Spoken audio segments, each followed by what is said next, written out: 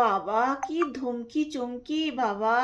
রিম্পা, তুমি ভয়ে পালাও, ইঁদুরের গর্তে ঢুকে পড়ো তুমি। হ্যাঁ, তোমার বেলুড়ে আসছে, লিস্ট নিয়ে আসছে।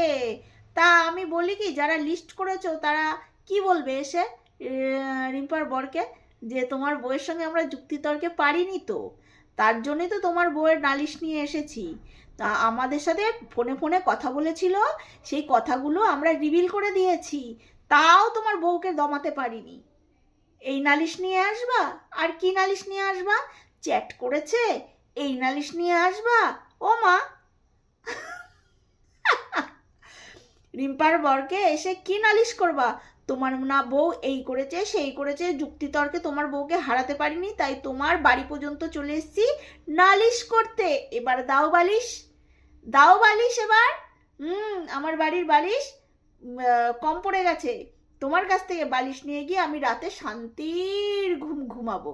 তা বলি, শান্তি এখানে পাবে না, শান্তি শান্তিপুরে পাবে। বুঝেছ? ধমকি চমকি রাখো না, তোমার কাছে রাখো। আর যদি কিছু করার ক্ষমতা থাকে তাহলে এসো, দেখা যাবে কি হয় না হয়। তারে বুনোমোষ, তোকে নিয়ে একটা বড় ভিডিও আসবে, তার আগে আমি একটু বলে যাই এখানে।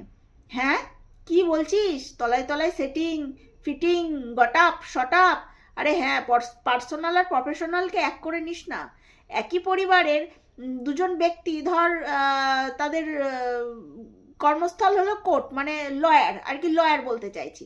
তো সেটা তার কর্মের জায়গা হলো কোর্ট।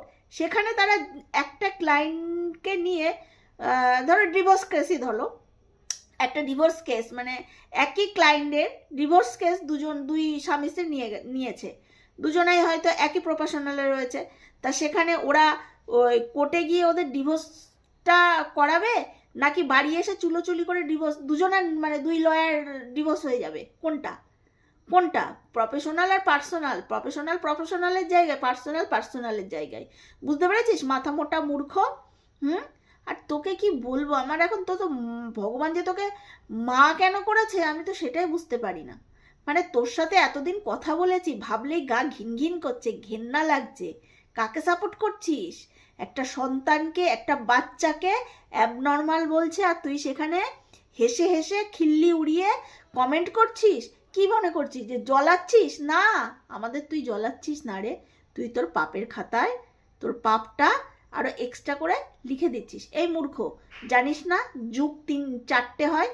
হ্যাঁ, সত্য যুগ, ত্রেতা যুগ, দাপর যুগ, কলিযুগ। এটাও জানিস না? জানবি কি করে? অশিক্ষিত মূর্খ তো, পড়াশোনা তো কিছুই শিখিসনি।